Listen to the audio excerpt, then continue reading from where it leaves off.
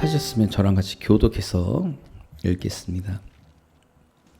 제가 먼저 읽겠습니다. 내가 또 말하노니 유업을 이을 자가 모든 것의 주인이나 어렸을 동안에는 종과 다름이 없어서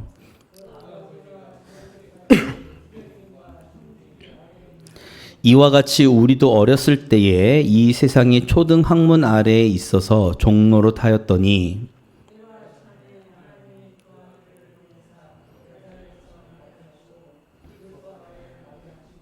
율법 아래에 있는 자들을 속량하시고 우리로 아들의 명분을 얻게 하려 하심이라.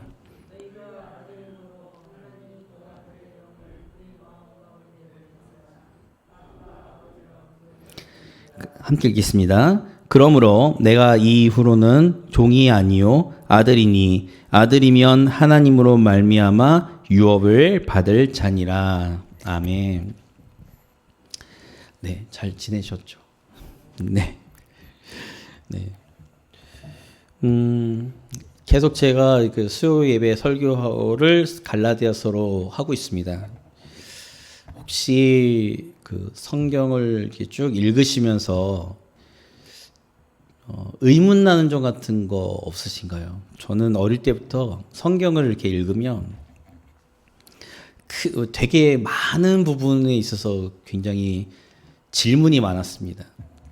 질문도 많았고 궁금한 것도 많고 호기심도 많고요.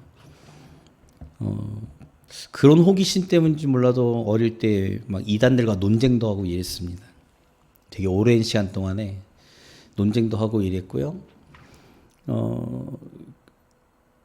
그리고 제가 성경을 보면서도 궁금한 것들은 그 당시 담임 목사님과 저희 어머니 또한 교사들한테 물어보고 그 궁금증이 해소가 안 되면 안 되는 그런 사람이었습니다. 이렇게 지금 와서 이렇게 돌아보면 어릴 때부터 저는 좀 이성적 사람이었는데 왜 감성적인 음악을 하고 싶었는지는 잘 이해가 안 되고요. 길을 잘못 들었었나? 막 이런 생각도 들기도 하는데 제가 가지고 있는 가장 큰 딜레마가 하나 있었어요. 성경을 보면서. 우리 성도님들 어떠실지 모르겠는데 저는 성경을 읽으면서 어떤 딜레마이냐면 구약에서 말하는 구원과 신약에서 말하는 구원관이 좀 상반된다라는 느낌을 지울 수가 없었습니다. 제가 지금 이 말씀을 왜 드리냐면 구약에서는 사실 율법이 나오고 난 이후 모세 오경 이후에 지속적으로 하나님의 율법을 떠나지 않고 하나님의 율법을 준행하고 순종하면 구원을 받는다라는 약간 행위 구원론적인 이야기를 하고 있어요. 그리고 그 율법을 떠나면 벌과 그리고 구원을 받지 못한다라는 멸망당할 것이라는 그런 끊임없는 선지자들의 그 발언과 성경에서 끊임없는 그런 가르침을 가지고 있고요. 그런데 신약에 딱 들어오면서 이신칭이 저희가 지금 보고 있는 갈라디아서와 로마서, 교리서신이라고 말씀드렸던 로마서의 핵심 사상은 이신칭의입니다. 그러니까 내가 믿음으로 구원을 얻는 거예요. 그러니까 저는 어릴 때부터 그 사실을 보면서 이렇게 성경을 읽으면서도 이 두 가지가 계속 충돌을 하는 거죠. 그러면 도대체 구약에 나타나 있는 율법에 대한 이야기와 신약에서 말하는 믿음에 대한 이야기가 과연 어떻게 매치가 될 것인가에 대해서 끊임없는 탐구를 했었고요. 굉장히 어떻게 보면 되게 심플한 얘기입니다. 심플하고 제가 이제 신학교 신대원 다닐 때 교수님들한테 이런 질문을 던지면 항상 하셨던 말씀이 있었어요. 항상 뭐라고 말씀하셨냐면 믿음으로 구원을 받는 거야. 이게 결론이야. 구약에 관련된 거는 구약은 신약을 서포트하기 위한 하나의 그런 지침서 같은 거 보조자료야라는 메시지를 어릴 때부터 끊임없이 들었습니다.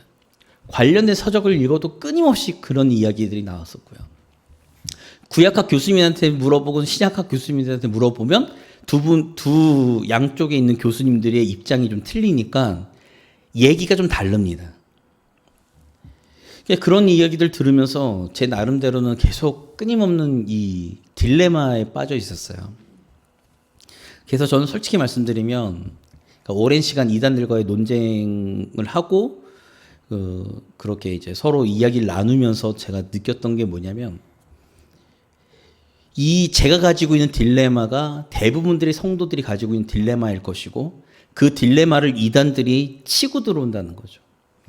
그래서 치고 들어오기 때문에 그 부분에서 상당히 많은 성도님들이 유혹당하고 현혹당해서 그들에게 넘어간다라는 사실을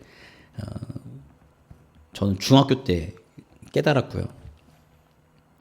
이 딜레마가 사실은 우리가 가지고 있는 신앙생활을 하는 데 있어서 성경을 하나님의 말씀으로 구약과 신약을 하나님의 말씀으로 우리가 믿음으로 받아들이는 그 순간부터 우리에게 가지고 있는 딜레마일 수밖에 없습니다.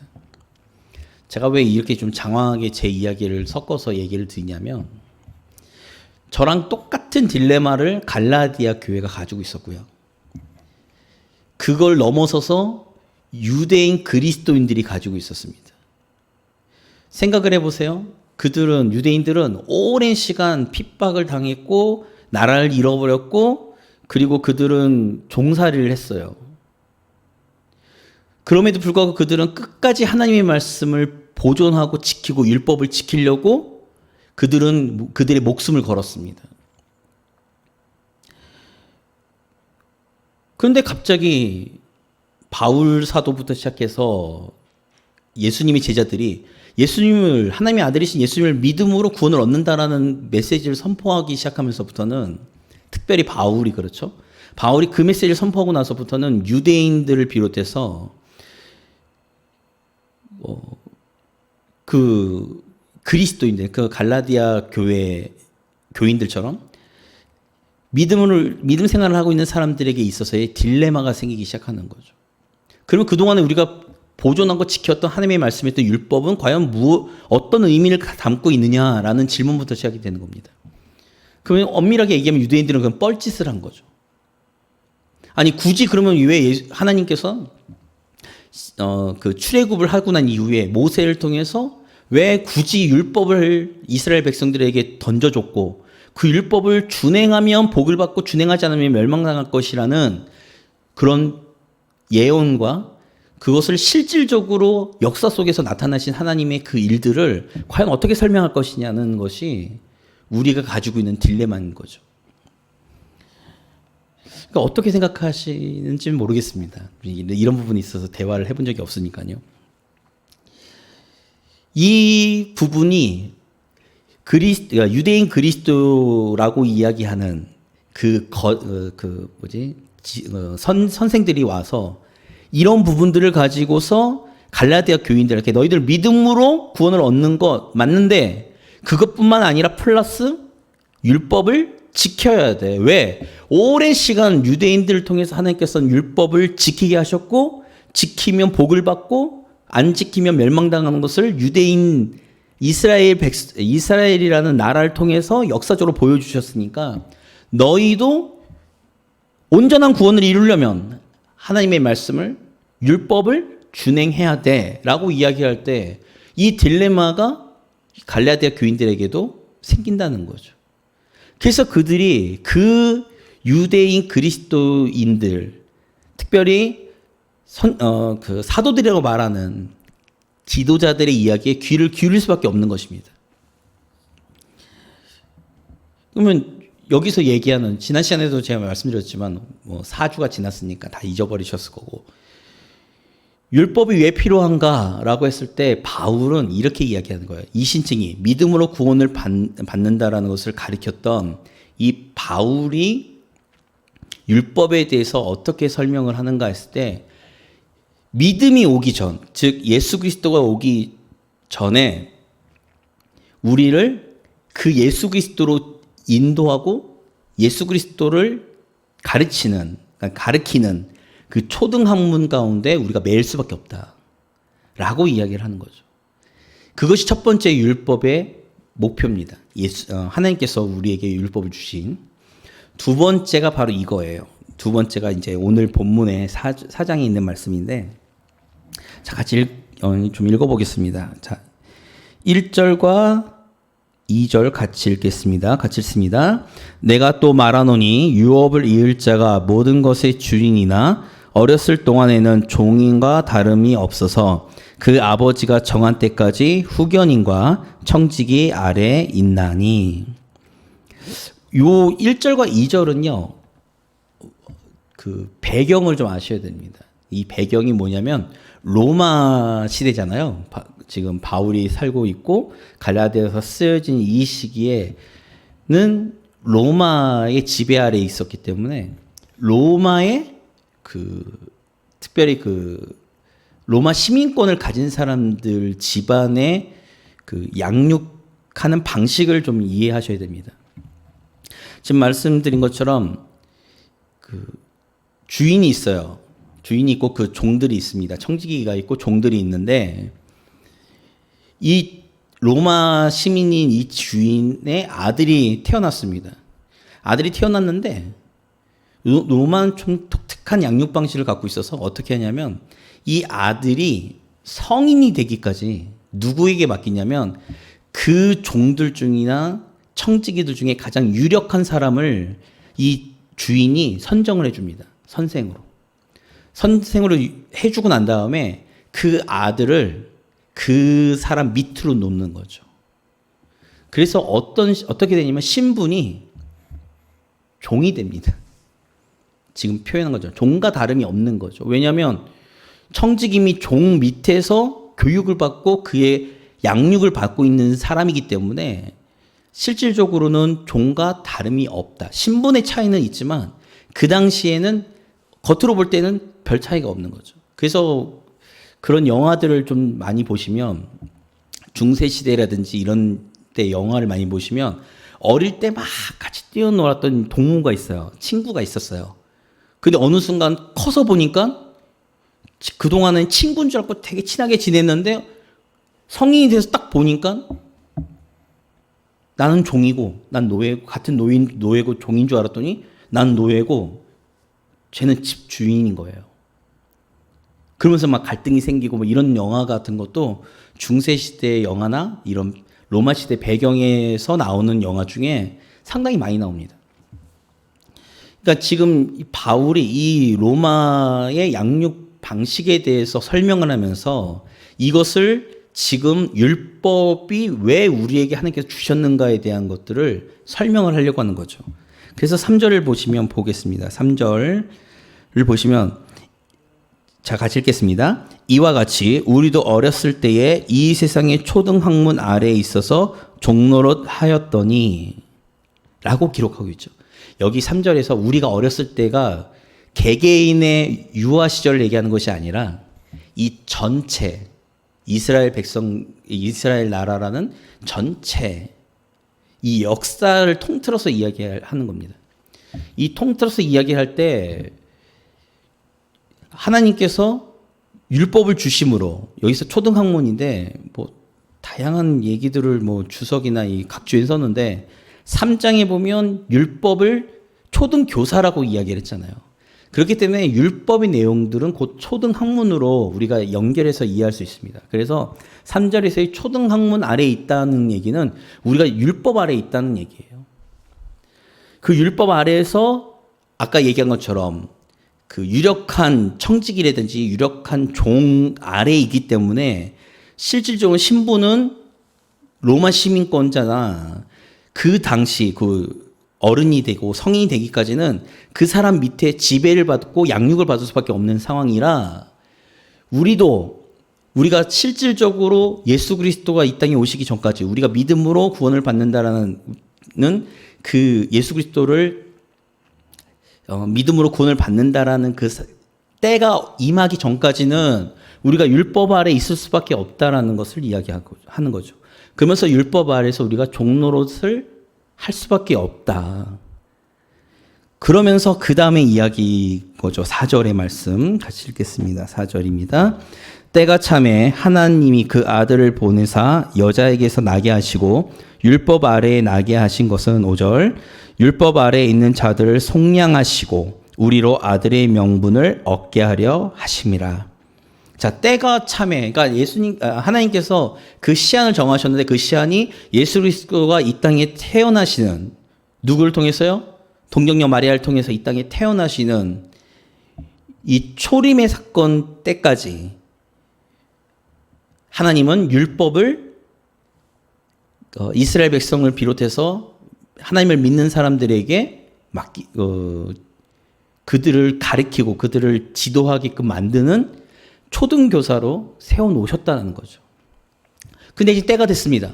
때가 돼서 이제 우리가 이제 성인이 되고 이제 예수님이 이 땅에 오심으로 인해서 우리가 하나님의 자녀가 되는 권세를 주시는 그 순간부터는 우리는 이제는 더 이상 종이 아니고 아들로서, 양자로서의 삶을 산다는 거죠. 그 얘기가, 그래서 5절에 율법 아래 있는 자들을 속량하시고, 그거 모든 종노릇할 때 속량의 개념은 우리 목사님이 말씀하셨으니까 다 아시죠? 값을 주고 치르는 겁니다. 값을 주고 치렀어요. 누구의 값이죠? 예수 그리스도의 생명의 값입니다. 그 값을 통해서 우리는 구원을 얻었어요. 근데 그 구원을 얻는 것 정도가 아니에요. 어떤 명분을 얻었냐? 아들의 명분을 얻은 거죠. 그 아들의 명분을 얻었다라는 겁니다. 그러면서 6절 말씀 같이 읽겠습니다. 시작. 너희가 아들이므로 하나님이 그 아들의 영을 우리 마음 가운데 보내사 아빠 아버지라 부르게 하셨느니라. 사실 지금 바울이 여기에서 갈라디아서에서는 나타나고 있진 않지만, 표현하고 있진 않지만, 로마서를 보면 우리는 죄 아래에서 죄의 종노릇을 하던 사람들입니다. 그러니까 죄의 종으로서 우리는 묶인 바 되었는데, 예수 그리스도가 이 땅에 오심으로 십자가에 달려 돌아가심으로 예수 그리스도의 생명 값으로 우리를 자유케 하셨고, 그것을 넘어서서 하나님의 아들 대신에 우리를 양자 삼으시고 우리를 하나님이 아버지로, 우리를 자녀로 신분을 세워주셨다는 것은 우리에게 있어서는 큰 은혜입니다.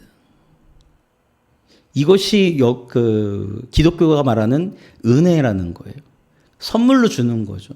우리가 무엇을 했기 때문이 아니에요. 우리가 무엇을 했기 때문이 아니고 하나님이, 예수 그리스도가 우리를 먼저 사랑하시고 우리를 하나님의 자녀로 삼으시기 위해서 독생자 예수 그리스도를 희생시키심으로 인해서 그 빈자리를 우리를 양자로 삼으심으로 하나님의 자녀가 되는 권세를 주신 거죠. 그렇기 때문에 그것은 우리에게는 은혜입니다. 근데 이제 저는 항상 이런 부분에 있어서 개인적으로 굉장히 불만이 그거였어요. 뭐냐면 제가 예배 때 부르고 싶지 않은 찬양 몇 가지가 있습니다. 몇 가지가 있는데 그걸 여기서 지금 나열하긴 그렇고 아마 제 얘기를 들으면 다 반발하실 거라. 왜 그 좋은 찬양을 왜 그렇게 편견을 갖고 왜 얘기하느냐 이렇게 말씀하실 것 같아서 얘기는 안 하는데 당신은 사랑받기 위해 태어난 사람 이런 찬양 되게 싫어합니다. 예배 때 부르는 걸 싫어해요. 왜 그럴까요? 제가 이걸 공공연하게 얘기하고 다니거든요.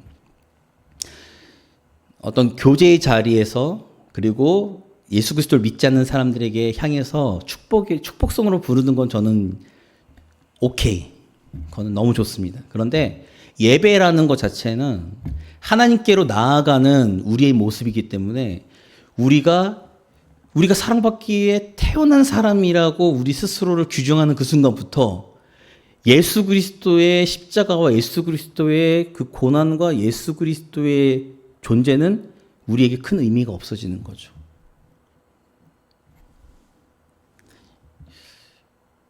그러니까 지금 여기서 얘기하는 6절에서 하나님을 아빠 아버지라 부를 수 있게 하셨다라는 것에도 우리는 감동을 받지 않는 겁니다. 왜? 하나님이 우리를 사랑하셨고 우리는 사랑받게 태어난 사람이기 때문에. 제가 이제 이런 부류의 설교를 하면 항상 인용하는 얘기가 있어요. 무슨 얘기냐면 저는 영화를 좀 좋아합니다. 영화를 좋아하고요. 영화 참 많이 봤는데 요 근래 이제 바빠서 영화를 못 보고 옛날에 봤던 영화 중에 부당거래라는 영화가 있습니다. 아마 아시는 분 아실 텐데 부당거래 명대사 이렇게 한번 검색해 보시면 이런 얘기가 있어요. 유승범인가요? 그 검사 역할로 나온 우리 루시 아저씨가 뭐라고 얘기하냐면 호의가 계속되면 그게 권리인 줄 알아. 라는 대사가 있어요.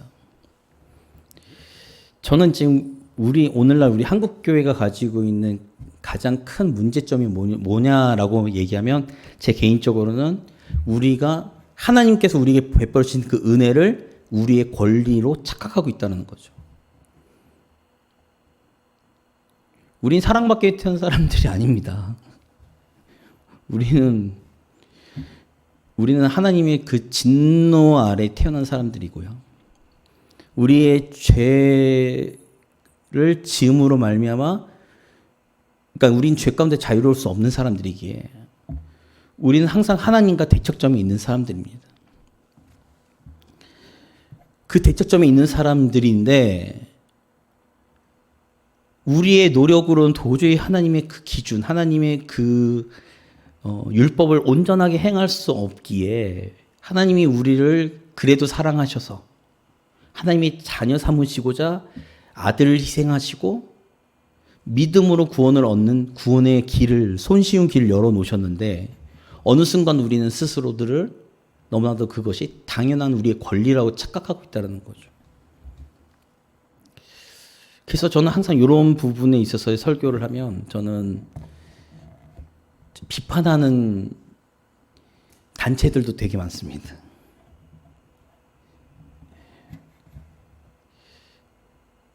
왜 그러냐면 어떻게 우리가 그것을 단언할 수 있는가? 우리는 구원을 얻었다고 어떻게 단언할 수 있는가? 이렇게 얘기하면 좀 이상할 수 있는데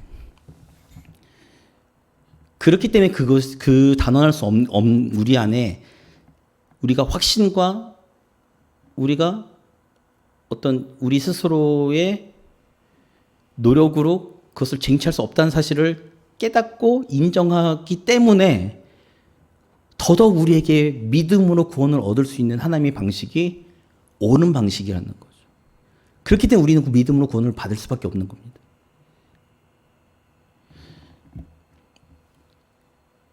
근데 그것을 너무 당연하게 우리가 어느 순간 그것을 너무 당연하게 선포하고 있고 너무 당연하게 우리가 이해하고 있다는 거죠. 그래서 성경에서는 오늘 말씀이 안 나오는데 우리가 자녀가 되고 아들이 되었다라는 표현은 사실상은 양자라는 개념으로 이해를 하셔야 됩니다.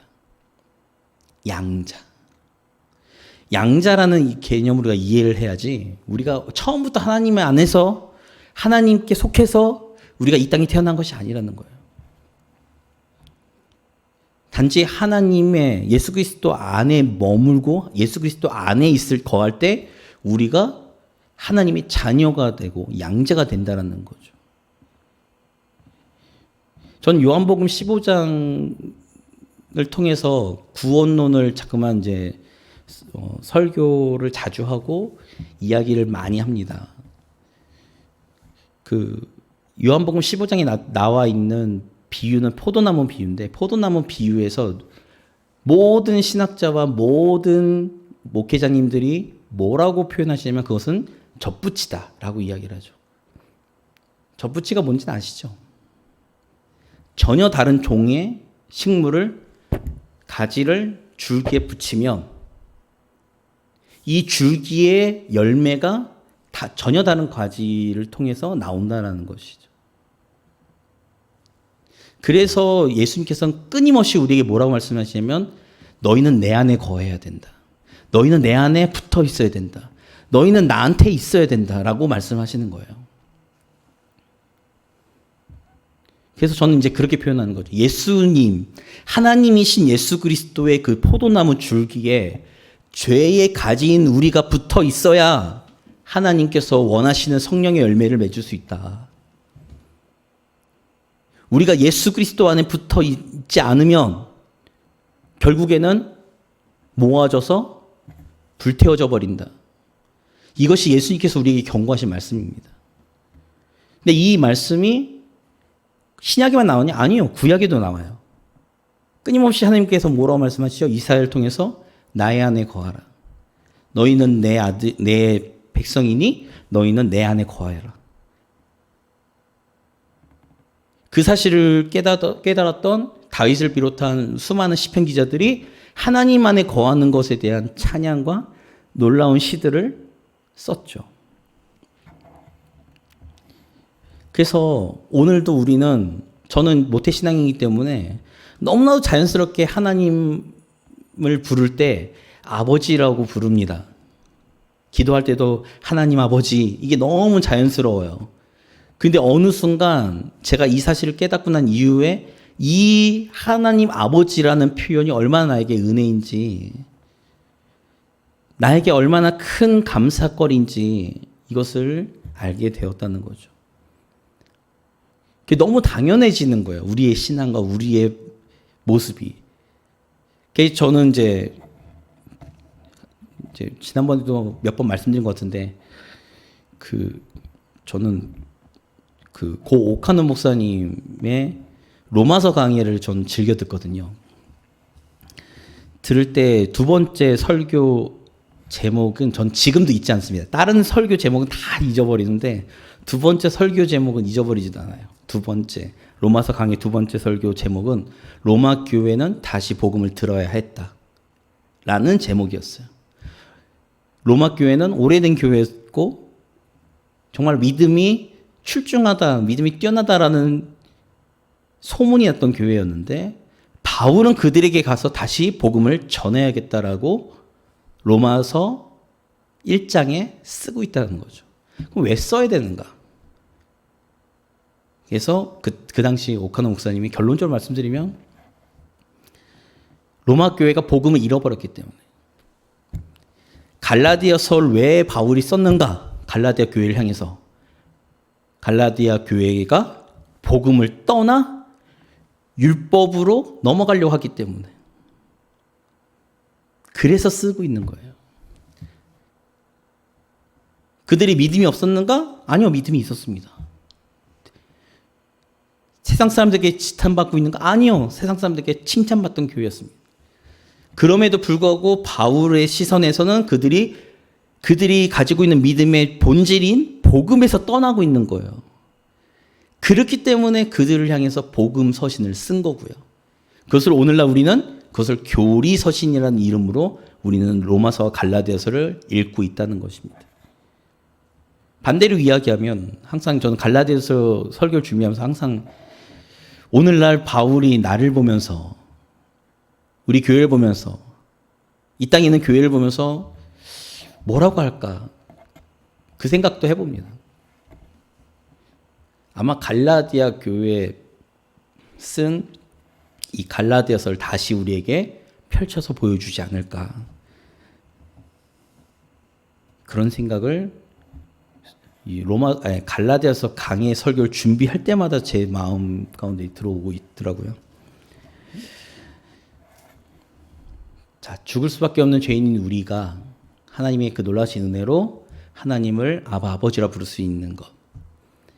우리의 어떤 공로도 아닌 단지 예수 그리스도를 믿음으로 우리는 구원의 길을 걸어갈 수 있다는 것.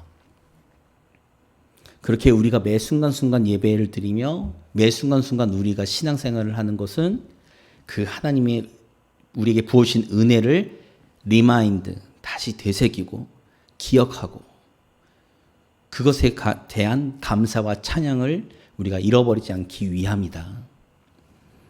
저는 이제 제 유튜브 채널에서 어떤 제목으로 이렇게 영상을 올린 적이 있냐면 예배는 죄인들이 하나님께 나아가는 방법이다. 방식이다라는 거죠. 그래서 우리가 예배를 드릴 때 항상 그런 그 구원의 감격, 구원의 기쁨, 그것을 다시 리마인드하고 다시 되새기고 기억하고 처음 사랑을 잃어버리지 않도록 우리가 끊임없이 우리 스스로를 쳐서 복종하지 않으면 우리의 신앙은 굳어진 마음, 굳어진 신앙, 굳어진 우리의 믿음이 될 수밖에 없다.